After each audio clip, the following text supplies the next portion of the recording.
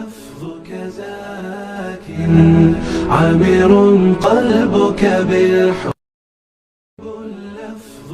السلام کے زمانے میں قرآن آپ پڑھتے ہیں، حضرت ابراہیم کے تعلق سے بار بار ان کی توحید کا ذکر بہت آتا ہے۔ کیوں؟ اس لیے کہ حضرت ابراہیم کا جو زمانہ تھا اس وقت پوری انسانیت توحید کے مفہوم سے ناشنا ہو چکی تھی، اللہ سے تعلق ختم ہو چکا تھا، لوگ پست ترین بتوں کی پوجا میں مبتلا ہو چکے تھے۔ اس لیے ان حالات کا سامنا کیا حضرت ابراہیم نے، پہلے خود اپنے اندر، بعد میں قوموں میں۔ حضرت ابراہیم نے توحید خالص کو اجاگر فرمایا، اللہ سے عشق و محبت کا ثبوت دیا، اور اس ثبوت کے لیے یہاں تک نتیجہ پہنچ گیا کہ اپنے لخت جگر حضرت اسماعیل کے گلے پر چھری پھیر دی میرے دوستو، اور اللہ نے اس سچی محبت اور تعلق کی تصدیق فرمائی اور کہا یا ابراہیم قد صدقت رؤیا انا کذالک نزل المحسنین، کہ ابراہیم آپ نے تو خواب کو سچ کر دکھایا، ہم محسنین کو ایسی جزا دیا کرتے ہیں۔ آپ کی جزا یہ ہوئی کہ یادگار قائم فرما دی، سنت ابراہیمی کو زندہ کرنے کے لیے قیامت تک کے لیے ذی الحجہ کے مہینے میں قربانی کو اللہ نے واجب فرما دیا۔ حق اور باطل کے دو متواتر سلسلے ہیں جو شروع سے اب تک چلتے آ رہے ہیں، قیامت تک چلیں گے۔ ایک ابراہیمیت کا سلسلہ ہے اور دوسرا برہمنیت کا سلسلہ ہے۔ یہ برہمن جو آج ہیں، اور آج جو برہمن واد کی آواز اٹھائی جا رہی ہے میرے دوستو، یہ انہی جاہلوں اور کافروں کی اولاد ہیں۔ ابراہیمیت ایک سلسلہ ہے حق کا، برہمنیت اس کے مقابلے میں دوسرا سلسلہ ہے باطل کا۔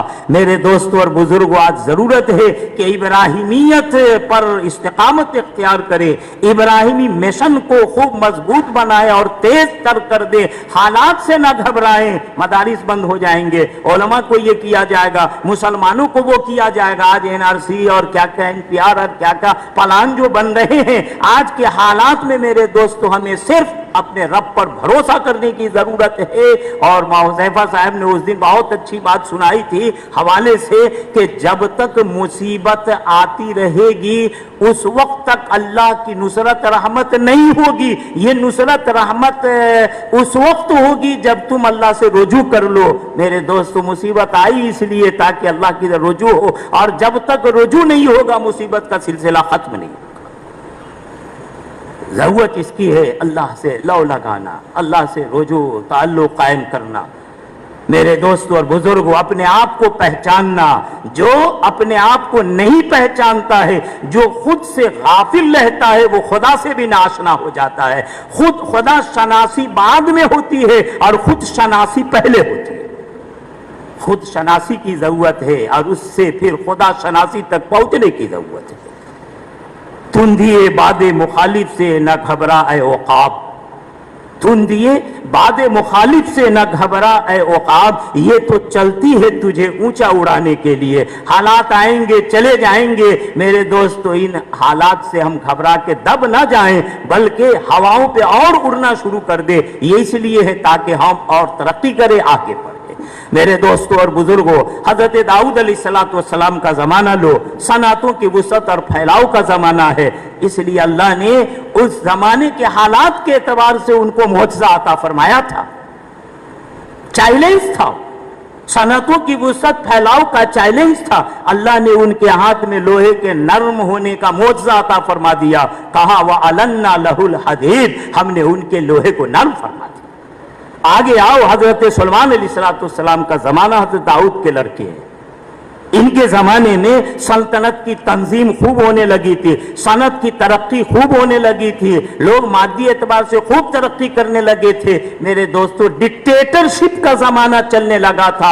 ان حالات سے مقابلے کے لیے اسی قسم کا معجزہ حضرت سلیمان نے اللہ سے مانگا اور دعا فرمائی، رب اغفر لی وہب لی ملکا لا ينبغی لأحد من بعدی۔ اللہ پہلے تو آپ میری مغفرت فرمائیے، اور آپ مجھے ملک عطا۔ معلوم ہوا کہ نعمت بعد میں ملتی ہے، پہلے مغفرت ہو جائے۔ جب تک کوئی مغفرت کرا کے اپنے آپ کو اللہ کا نہیں بنا لیتا ہے اس وقت تک اسے دین کا کیا دنیا کا خزانہ بھی حاصل نہیں ہوتا۔ میرے دوستو، ایسا ملک، ایسی سلطنت عطا کیجئے کہ میرے بعد یعنی ان کے زمانے کے اعتبار سے کسی کے لیے اور ایسی سلطنت نہ ہو۔ آگے آؤ، ہمارے آقا نبی اکرم صلی اللہ تعالی علیہ وسلم خاتم الانبیاء صلی اللہ تعالی علیہ وسلم کا زمانہ آتا ہے، چونکہ آپ سب سے کامل کمال تھے، اور آپ کا یہ کمال جو سب سے اعلیٰ بالا تھا وہ آپ کی آزمائشوں کی وجہ سے، امتحانات کی وجہ سے، جتنے کمال پہ جو فائز ہوتا ہے اس کے ساتھ آزمائشیں بھی اتنی زیادہ ہوتی ہیں۔ خاتم الانبیاء صلی اللہ علیہ وسلم، ایک دو نہیں، طرح طرح کے حالات، طرح طرح کی آزمائشیں، طرح طرح کی چیلنجیں، آپ نے خود اپنے آپ کو ان حالات چیلنجوں کے مقابلے کے لیے تیار رکھا، اور آگے اپنے صحابہ کو، روم اور فارس جیسی ترقی یافتہ تہذیب و تمدن والے جو ملک تھے ان سے نمٹنے کے لیے صحابہ جیسے عظیم ذہین اور جینیس افراد تیار کر گئے۔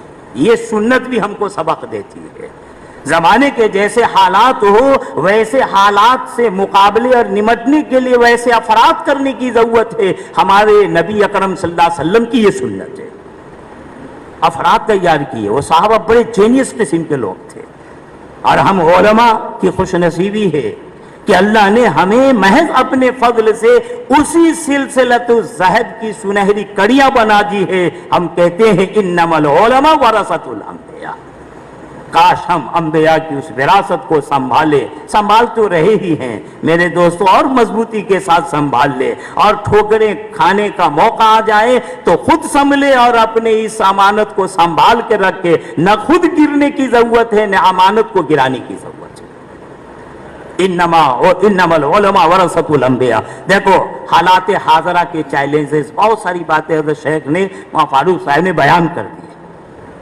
لیکن میں نے سوچا کچھ نئی باتیں ہو جائیں، ایسا نہ وہی پرانی ہیں، بار بار سنتے رہیں تو بوریت ہوگی۔ بڑی قیمتی باتیں آ چکی ہے، انہی میں ٹوٹی پھوٹی باتیں اور بھی شامل کر لو۔ ٹاٹ میں کا پیوند اگر مخمل میں لگا دیا جائے تو آج کل وہ فیشن ہو جاتا ہے، آج کل یہ فیشن ہے۔ مخمل آپ نے لے لیے ہیں، کچھ ٹاٹ بھی اس میں جوڑ لو اور جدید فیشن میں شامل ہو جاؤ۔ میرے دوستوں اور بزرگوں، سارے حالات، چیلنجز، ہم اگر ان سب کو سمیٹ لیتے ہیں، جزوی طور پر بہت ساری قسمیں نکلتی ہیں، لیکن کلی اعتبار سے ان سب کو ہم سمیٹ لے تو تین طرح کے حالات ہیں، تین طرح کے چیلنجز ہیں۔ ایک جاہلیت، دوسرے اقلیت، اور تیسرے مادیت۔ جتنی تقریریں بیانات ہوتے ہیں تفصیل سے، سب کو اگر جوڑے تو ان میں آپ سمیٹ سکتے ہیں، جاہلیت اور اقلیت اور مادیت۔ جاہلیت کا مطلب سمجھتے ہیں، ہم عالم ہیں، ہم علم والے ہیں، ہمارے علاوہ سب جاہل ہیں، سب جہالت میں پڑے ہوئے۔ جاہلیت تاریکی ہوتی ہے جانتے ہیں، اور علم نور ہوتا ہے، روشنی ہے۔ لیکن ایک بات سنو، آپ سڑک سے گزرتے ہو، بہت عقل مند ہو، بڑے عالم فاضل ہو، ٹریفک سے، سڑکوں سے، روڈ سے خوب واقف ہو، لیکن راستے سے آپ جاتے ہو، سڑک سے جاتے ہو، راستے میں گڑھا ہے، یہ آپ کا قصور نہیں ہے، یہ روڈ کا یا روڈ بنانے والوں کا قصور ہے۔ یا تو جب الیکشن آنے لگتا ہے تو آدمی سے کچھ لینا ہوتا ہے تو پہلے کچھ دے دے، چپی لگا کے روڈ بنا دیتے ہیں، سڑک ٹھیک کر دیتے ہیں۔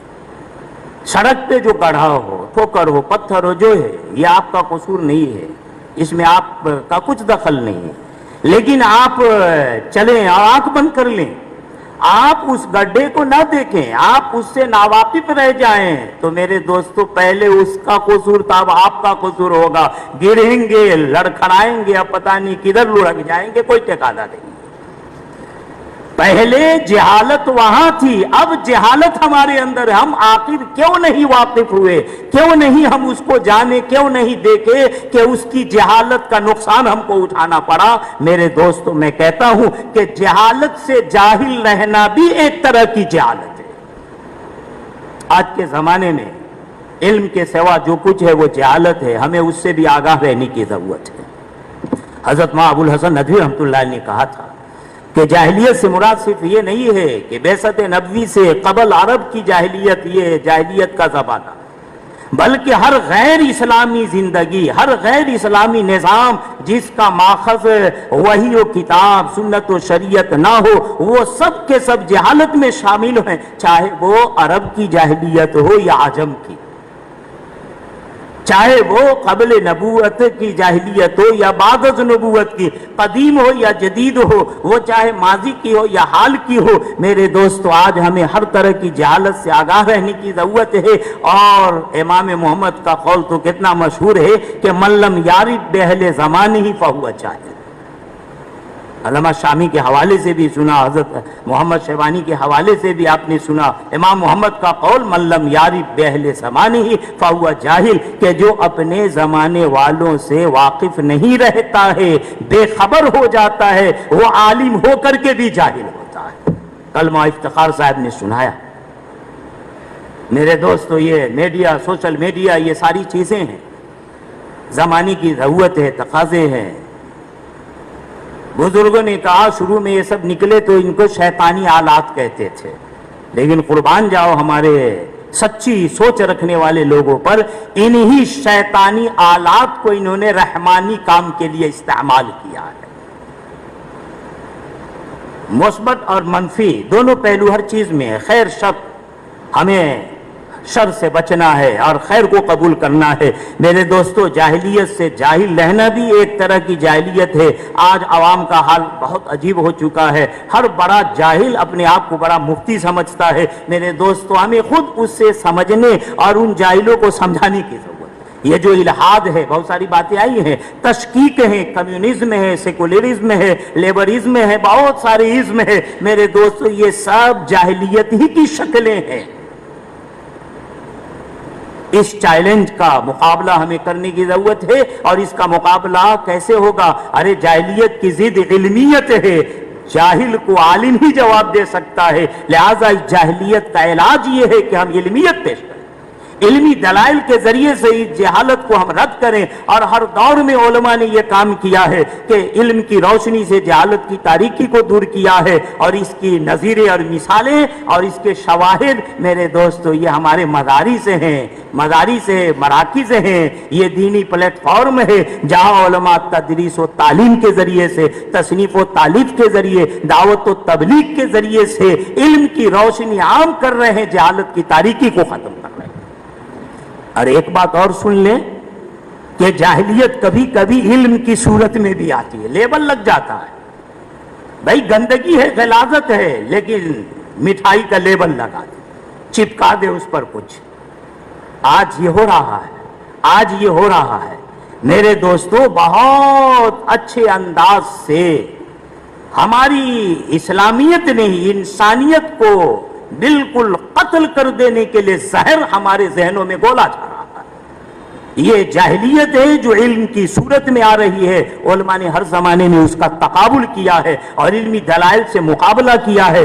حضرت مولانا رحمت اللہ کرانوی رحمت اللہ علیہ عجیب و غریب کتاب لکھی تھی، اظہار الحق۔ اس کتاب کے بارے میں آتا ہے کہ اس میں حضرت نے انجیل کے بیانات پر، وہاں کے جتنے بھی مذکورات تھے، وہاں جو کچھ بھی لکھے تھے، سب پر نقد و جرح کی اور عیسائیت اور مسیحیت کی تردید فرمائی بڑے ٹھوس دلیلوں کے ذریعے سے۔ میرے دوستوں اور بزرگوں، علی میاں ندوی رحمت اللہ علیہ عجیب بات فرماتے ہیں کہ آج تک مسیحی دنیا اور کلیسا کے فضلاء یہ اس کتاب کا جواب نہیں دے سکے ہیں۔ کتنے پہلے گزرے وہ کتاب کا، لیکن وہ کتنا عظیم علمی کارنامہ تھا۔ میرے دوستوں اور بزرگوں، کہ آج تک مسیحی دنیا اور کلیسا کے فضلاء وہ اس کتاب کا جواب نہیں دے سکے، یہاں تک کہ اس زمانے میں انگلستان سے نکلنے والے ایک انگریزی اخبار میں اس حقیقت کو تسلیم کیا گیا اور اعلان کیا گیا، یہ خبر دی گئی کہ جب تک یہ کتاب چلتی رہے گی، اس کی تباہ اشاعت ہوتی رہے گی، اس وقت تک عیسائیت کی تبلیغ نہیں ہو سکے گی۔ ایک کتاب نے، ایک علمی کام نے میرے دوستو سارے باطل کے دروازے کو بند کر دیا۔ آج اس کی ضرورت ہے۔ پڑھیں، لٹریچر آ رہے ہیں، بیانات سنتے ہیں، ذہن بنتا ہے۔ ہمارے نوجوان نسل کو آپ دیکھو، رات میں موبائل کے اندر کچھ میسیج آ جاتے، کچھ باتیں آتی ہیں اسلام کے خلاف، اور دن بھر جتنی محنت کی یا بیانات میں جو کچھ بھی اثر آیا بس وہ تھوڑے سے میسیج کے ذریعے ختم ہو گیا۔ مختصر کتابچے، لٹریچر، بکلیٹ پیش کیے جاتے ہیں۔ اس اعتبار سے بھی ہمیں بہت طویل بحث کی ضرورت نہیں ہے۔ زمانہ بیزی، بہت شارٹ ٹائم کا، بہت مختصر لفظوں میں بات ہماری نوجوان نسل سمجھنے اور سننے کے خواہش مند ہے۔ ہمیں اس اعتبار سے ان تک اسلام کا پیغام پہنچانے کی ضرورت ہے۔ کام کریں، آگے دیکھو دوسرا علمی عظیم کارنامہ علامہ شبلی نعمانی نے۔ میرے دوستو بزرگوں، مصر کے بڑے مشہور ادیب اور مورخ گزرے اور ان کی کتابوں پر ادب والے آشش کرتے ہیں، فن والے بہت ناز کرتی رہتے ہیں۔